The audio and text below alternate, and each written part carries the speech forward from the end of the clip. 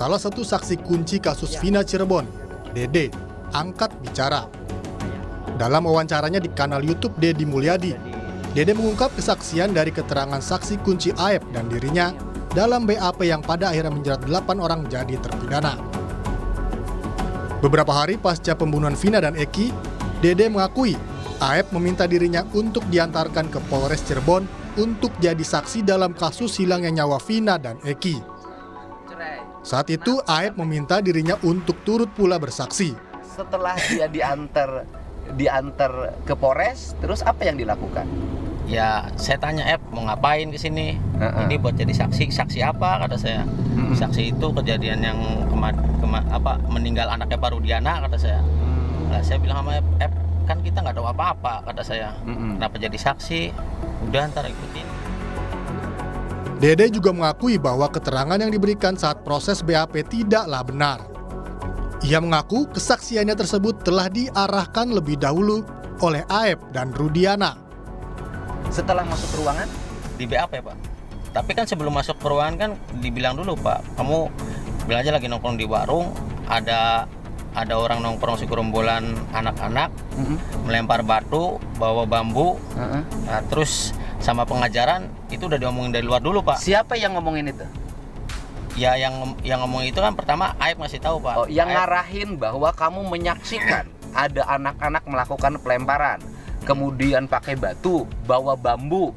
Nah, yang ngarahin pertama itu siapa? Aep sama Rudiana ngasih tahu ke saya Pak. Dua-duanya. Pengakuan Dede memang masih harus diuji. Namun jika keterangan Dede itu benar adanya, tentu bisa membuka babak baru. Terbuka tabir misteri kematian Vina dan Eki yang terjadi 8 tahun lalu.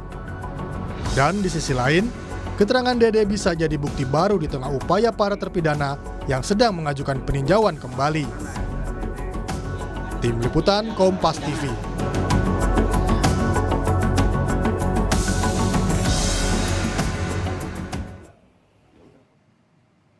Sementara itu, kuasa hukum Ibtu Rudiana Pitra Romadoni membantah keterangan saksi kunci Dede yang menyebut keterangannya saat di BAP diarahkan oleh Rudiana. Pitra mengatakan keterangan Dede tidak benar dan fitnah. Keterangan yang disampaikan oleh Dede terhadap klien kami, Bapak Ibtu Rudiana, adalah hoax dan tidak benar. Dan kami pastikan keterangan yang disampaikan saudara Dede ini yang menyatakan ia disuruh oleh Ibtu Rudiana untuk memberikan keterangan tidak benar, itu adalah keterangan yang tidak benar dan fitnah terhadap diri Bapak Ibtu Rudiana. Kita semua bersabar dan menyerahkan sepenuhnya kepada penegak hukum, dalam hal ini pihak kepolisian. Jangan kita mendahului proses penyidikan. Lantas apakah kesaksian dari Dede yang merupakan saksi kunci kasus Vina bakal berujung pada upaya hukum? Kita ulas bersama pakar hukum pidana Prof. Hipnu Nugroho. Selamat malam Prof. Selamat malam Mas. Terima kasih sudah bergabung di Kompas TV. Prof, sebelum saya mulai saya mau bacakan dulu dari YouTube channel itu di menit 29 detik 24. Di mana ditanyakan oleh Deddy Mulyadi, mengatakan ditanya kesaksian kamu palsu nggak, dan dijawab oleh Dede kesaksian saya palsu, tetapi disuruh oleh Aep dan Rudiana. Tanggapan Anda dengan kesaksian yang baru ini? 2016 beda, 2024 beda. Tanggapan Anda Prof? Ya, kesaksian palsu itu adalah suatu keterangan yang di bawah sumpah di persidangan tidak seperti keadaan yang sepertinya. Oleh karena itu ini harus memenuhi syarat subjektif, syarat objektif. Syarat objektif adalah suatu perkara ternyata tidak betul disampaikan, dan syarat subjektifnya sengaja. Tapi sekarang pertanyaannya begini Mas, kita tidak bisa percaya begitu aja. Di persidangan keterangan itu diuji. Keterangan saksi itu diuji antara satu saksi dengan saksi yang lain, antara saksi dengan bukti yang lain, antara bukti satu dengan bukti yang lain. Konfrontasi itu ada. Pertanyaannya apakah seperti itu? Ini yang juga harus kita perhitungkan. Oleh karena itu dalam konteks seperti ini, Dede dan Aep seandainya itu betul, wah ini nanti bisa kena pasal 291 kaitannya memberikan keterangan palsu di bawah sumpah. Ini agak repot. Lain dengan laporan palsu. Kalau yang sekarang namanya kan laporan palsu. Kalau laporan saya itu pemberitahuan keadaan yang sebenarnya tidak ada. Itu ringan, 1 tahun 4 bulan. Kalau kita lihat pasal 220 KUHP. Ini yang membedakan. Tapi kalau itu betul, nah tadi memang ini suatu nilai sendiri akan adanya nilai di dalam bukti baru. Tapi menurut saya kok tidak semudah itu ya. Karena walaupun 2016 saya kira persidangannya juga cukup ketat, menilai bukti juga demikian ketat, konfrontasi bukti juga demikian, ya. Tapi coba kita lihat ya, kita lihat objektif karena persidangan itu juga persidangan yang cukup serius ya, hakimnya juga hakim majelis kan 3 kan, apa semudah itu Mas? Ini yang kita perdebatkan, mudah-mudahan ada klarifikasi nantinya. Atau memang kalau betul ada nilai tersendiri begitu. Oke, Prof, tapi kan ini kesaksian di luar BAP, di luar proses hukum, dalam arti menyampaikan ke media sosial, menyampaikan melalui media sosial. Apakah memang bisa digunakan kesaksian seperti ini, Prof? Ya, kesaksian yang seperti itu memang tidak bisa digunakan kan. Itu kepada pernyataan pribadi kan. Pernyataan pribadi. Oleh karena itu dalam hal ini masih diuji kembali.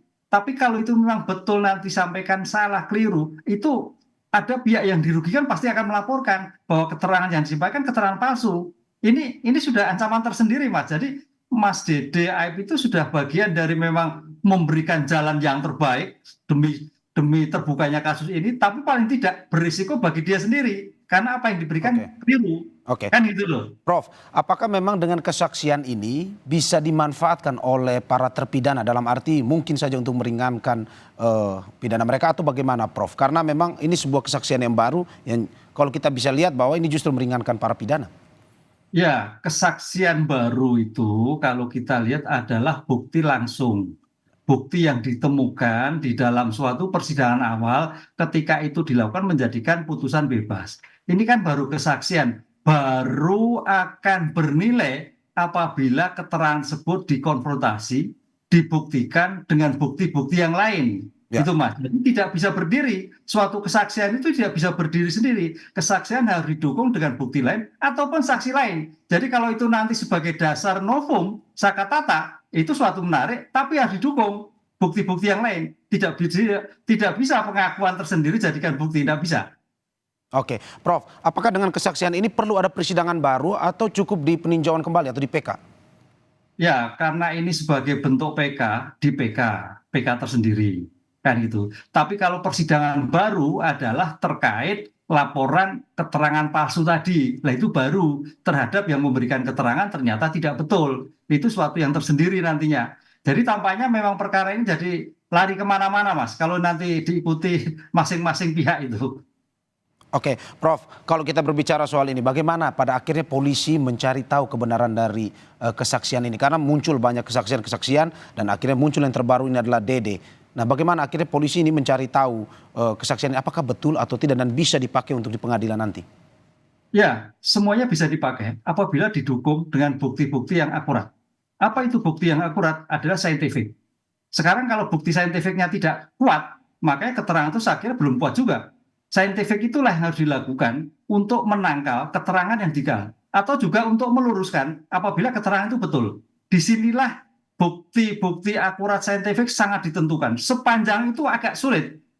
Masing-masing saksi akan memberikan keterangan dengan versinya sendiri-sendiri, dengan situasi keadaannya sendiri-sendiri, Mas. Ini yang saya kira Polda Jawa Barat harus betul-betul menguji dengan adanya saintifik itu, kaitannya CCTV, kaitannya HP, dan sebagainya, untuk membuktikan bahwa keterangan-keterangan yang sampai diberikan itu ada betulnya, dan juga mungkin ada tidaknya, karena berdasarkan bukti tadi. Begitu. Oke, Prof, ini dari si Dede-nya sendiri, Prof. Apakah mungkin bisa Dede ini dengan kesaksian yang baru, ini bisa dijadikan justice collaborator atau JC?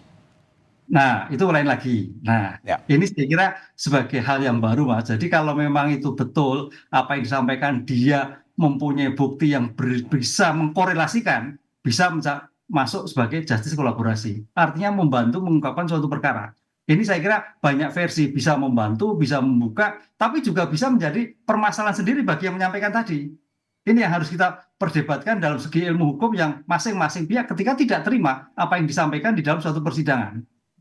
Ya, Prof, kalau melihat ini seperti kesaksian Dede tadi, dia mengatakan bahwa dia diminta, bukan dalam arti bahwa dia melakukan itu sendiri. diminta oleh dalam kesaksiannya Aib dan juga Ibtu Rudiana untuk bersaksi seperti ini. Apakah mungkin bisa meringankan dia? Dalam arti bahwa tadi kita sudah singgung terkait dengan kesaksian palsu.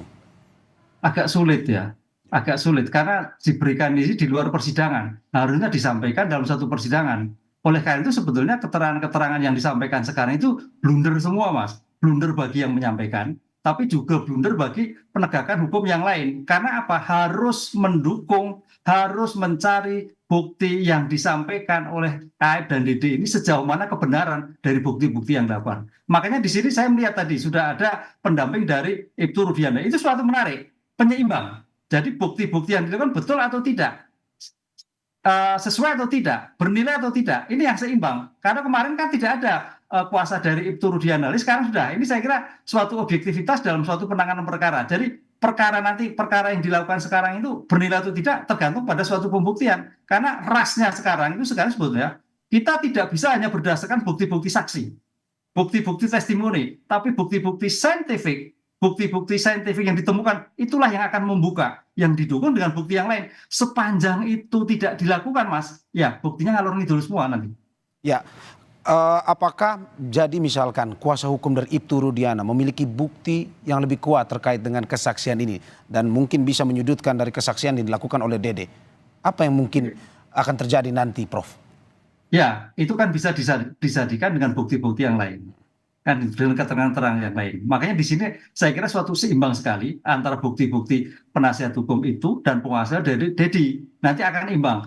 Dari Rudiana berdasarkan bukti-bukti yang disampaikan oleh Polda, dari Dede disampaikan adalah keterangan yang dia ketika 8 tahun yang lalu. Ini suatu yang menarik. Oleh market mana yang benar? Ya, nanti di persidangan. Mana yang benar? Apabila ada korelasi. Mana yang benar? Apabila ada suatu interaksi antara bukti satu dan bukti yang lain. Sepanjang terpisah, tidak mempunyai kualifikasi bukti. Karena dalam asas hukum adalah testimoni dari keterangan dari orang lain, bukan mempunyai suatu bukti yang plural.